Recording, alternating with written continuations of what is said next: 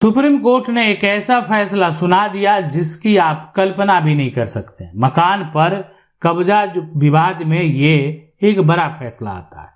यानी supreme court का एक बार जो आदेश आ गया, आपको पता है कि अब जो निचली अदालत है वो उस बात को जरूर फॉलो करेगा।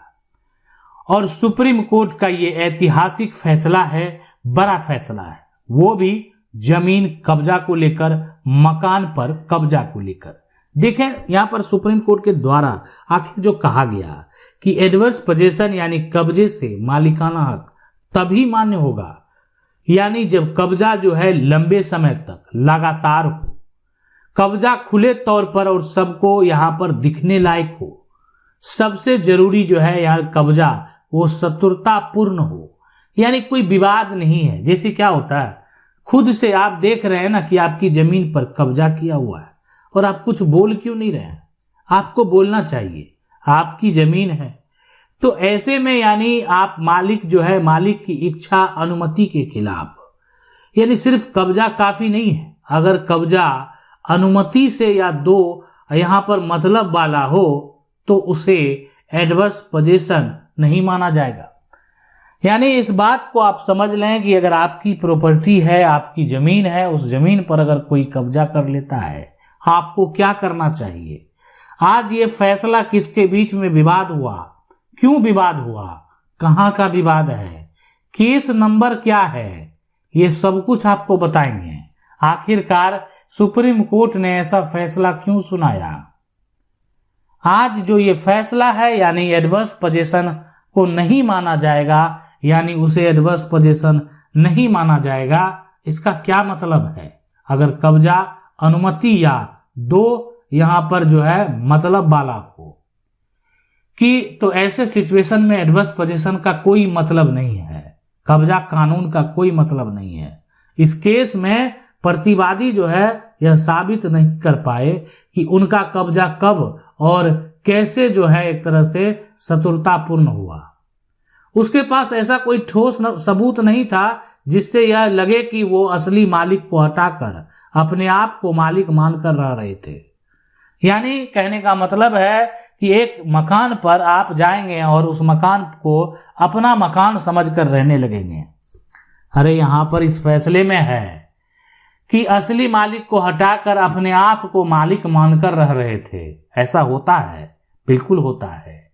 यानी आप अपने मकान को अगर किसी को दे रहे हैं और आप उस मकान को देखने भी नहीं आते हैं, ऐसे सिचुएशन में यानी वो व्यक्ति क्या करेगा, आपके मकान पर कब्जा कर लेगा। यानी आपके मकान पर जबरन वो दावा कर देगा, वो एडवर्स पोजेशन का दावा कर सकता है।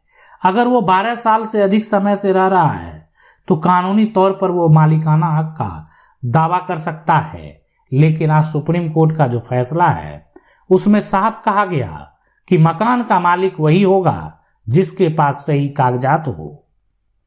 ये विवाद जिसके बीच में हुआ है उसका नाम है राम नगीना राय दूसरा यानी versus Dev Kumar Rai. Supreme court ने 21 अगस्त 2018 को एक ऐतिहासिक फैसला सुनाया है जिसका केस नंबर जो है वो 7266/2013 है। अब ये विवाद आखिरकार क्यों शुरू हुआ। गांव में एक मकान था, ये मकान आप देख रहे हैं, हो सकता है इससे भी बड़ा मकान हो। उसके कागजात और सरकारी रिकॉर्ड में मालिकाना हक राम नगीना राय और उसके परिवार का नाम दर्ज था। तो सीधी सी बात है कि कोई ये जमीन है और इस जमीन पर अगर मकान बना हुआ है तो मकान बना हुआ है तो ये जमीन किसी के नाम से दर्ज जरूर होगा। तो ये जो है यहाँ पर इसका जो नाम दर्ज था उसका नाम है राम नगीना राय। अब उनका परिवार का भी नाम इस पर दर्ज था। लेकिन ऐसा हुआ कि हकीकत में उस मकान पर देव कुमार राय और उसके परिवार वाले कई सालों से रह रहे थे। उसका जो भी कारण रहा होगा तो लेकिन उनको रहने के लिए दिया ही गया होगा। लेकिन ये कई सालों से उस मकान पर रह रहे थे। अब बहुत जो है कोई ऐसा व्यक्ति है जो कि आज से नहीं, ये 20 साल से उस मकान में रह रहे हैं और आप एक मकान के मालिक के तौर पर जाएंगे, आप कहेंगे ये मकान खाली कर दीजिए। और वही बात राम नगीना राय ने कहा, यह मकान हमारा है, हमारे पास इसका कागज है, हमें अपना कब्जा वापस चाहिए। अब वो रह रहे थे, क्यों रह रहे थे, कैसे रह रहे थे, किस आधार पर रह रहे थे? अरे हो सकता है रिश्तेदार होगा, रहने दिया गया होगा। अब कह रहे कि कागज है, खाली कीजिए। ना उसका कोई रेंट होगा, ना कोई पैसा देने की बात हुई होगी, रहने दिया गया होगा। तो देव कुमार राय ने जवाब दिया कि हम इतने सालों से यहां रह रहे हैं, हमें इसे अपना मानकर कब्जा जमा लिया है, अब यह मकान हमारा हो चुका है। आपको भी लगा होगा कि ये कौन सा बात हो गया, यानी जो है इस मकान पर जो है अधिकार जो होना चाहिए यहाँ पर, वो तो एक राम नगीना राय है, उनका होना चाहिए, इसलिए कि उनके पास कागजात है और उसी को कह रहा है यहाँ पर कि ये मकान अब मेरा हो गया। तो आखिरकार ऐसा क्यों हुआ, ये कहाँ का मामला है? हम आपको बता दें, ये जो मामला है ना, ये जो है एक तरह से जो सुप्रीम कोर्ट में विवाद गया, तो ये एक जिला है, जिला भोजपुर, यहाँ पर जो है भोजपुर, वहीं का मामला है। अब बाकी डिटेल जो है, क्या एरिया था, क्या क्षेत्रफल था, है ना, कितना वर्ग मीटर, बहुत सारी जो कोर्ट का स्टेटमेंट होता है उसमें तो सभी बातें आप पढ़ सकते हैं, जान सकते हैं, जो है देख सकते हैं उसका प्लॉट का नंबर क्या है। लेकिन हम आपको बता दिए ये कहाँ का विवाद है, राम नगीना राय वर्सेस देव कुमार राय का। आखिरकार अब इसमें जो है आगे क्या हुआ, आगे एक सबसे बड़ा समस्या उत्पन्न हो गया, और वो भी यानी राम नगीना राय के साथ, इसलिए कि राम नगीना जो हैं उनका पक्ष में फैसला नहीं हुआ। उनकी जमीन, यानी उनके पास जमीन का कागजात, फिर भी उनके पक्ष में फैसला नहीं हुआ। और उसका मुख्य कारण क्या है कि राम नगीना राय जो है, यानी ये इनको ट्रायल कोर्ट और हाई कोर्ट ने देव कुमार राय के कब्जे को मान लिया और कहा लंबे समय तक जो है रहने की वजह से वो मालिक बन गया है, अब जो कारण रहा होगा।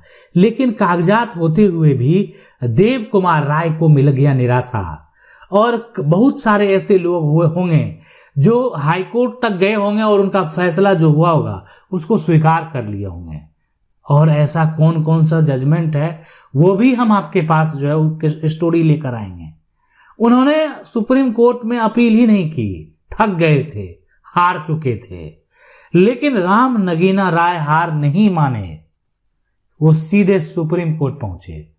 अरे जब उनका अधिकार है तो कैसे यहां पर देव कुमार राय को अधिकार मिल गया कब्जे के आधार पर? तो सुप्रीम कोर्ट का जो फैसला आता है वो एक बड़ा ऐतिहासिक फैसला आता है। सिर्फ लंबे समय तक रहना ही मालिकाना हक नहीं देता, प्रतिवादी को यह साबित करना होगा कि उनका कब्जा खुला, सबको दिखाने वाला और असली मालिक के खिलाफ था। यानी जो आज ये प्रतिवादी है यानी देव कुमार राय, वो साबित करे पहले कि आप उसका जो कब्जा है वो यहाँ पर खुला है ना, सबको दिख रहा है ये कब्जा की, सभी लोग जान रहे हैं। और देव कुमार राय ने किसी प्रकार का कोई ऑब्जेक्शन नहीं किया, ठीक है, यानी देव कुमार राय ने किसी प्रकार का दावा नहीं किया उस समय, लंबे समय तक ये रहे, पहले वो साबित तो करे, नहीं कर पाए। इसलिए जो है सुप्रीम कोर्ट के द्वारा जो फैसला सुनाया गया, यानी वो बड़ा फैसला था कि मकान का असली मालिक राम नगीना राय है। पहले का सभी आदेश जो है वो खारिज कर दिया गया, यानी पहले का जितना भी आदेश था उस आदेश को रद्द कर दिया गया।